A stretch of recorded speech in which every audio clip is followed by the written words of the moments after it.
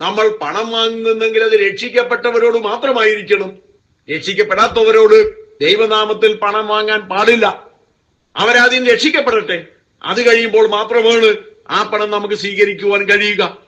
ഈ അർത്ഥത്തിലാണ് ഇവർ ഈ കാര്യങ്ങൾ ചെയ്തിരുന്നത്. എവിടെയെങ്കിലും യാത്ര കഴിഞ്ഞു പോരുമ്പോൾ തങ്ങളുടെ ദേശത്തിന്റെ അതിരിലെത്തിക്കഴിയുമ്പോൾ കാലിലെ പൊടി തട്ടിക്കളയുമായിരുന്നു.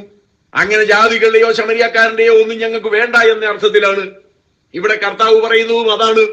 നിങ്ങൾ ഏതെങ്കിലും വീട്ടിൽ ചെന്നാൽ വന്ദനം പറയുവിൻ. സമാധാനപുത്രൻ ഉണ്ടെങ്കിൽ അവർക്കത് കിട്ടും, ഇല്ലെങ്കിൽ നിങ്ങളിലേക്ക് മടങ്ങി വരും. മാത്രമല്ല, നിങ്ങളെ ആരെങ്കിലും സ്വീകരിക്കാതിരുന്നാൽ, ഒരു വീട്ടുകാര് അല്ലെങ്കിൽ ഒരു ദേശക്കാര് സ്വീകരിക്കാതിരുന്നാൽ പോരുമ്പോൾ കാലിൽ നിന്ന് പൊടി കൂടി തട്ടിക്കളഞ്ഞിട്ട് പോരുവിൻ. കാരണം അവരെ നിങ്ങൾ ദൈവമക്കളായിട്ടല്ല കണക്കാക്കേണ്ടത്, ജാതികളുടെ കൂട്ടത്തിൽപ്പെട്ടവരായിട്ടാണ് കണക്കാക്കേണ്ടത്. അതുകൊണ്ട് കാലിൽ നിന്ന് പൊടി കൂടി തട്ടിക്കളഞ്ഞേച്ച് വേണം പോരാൻ. ന്യായവിധി ദിവസത്തിൽ ആ പട്ടണത്തെ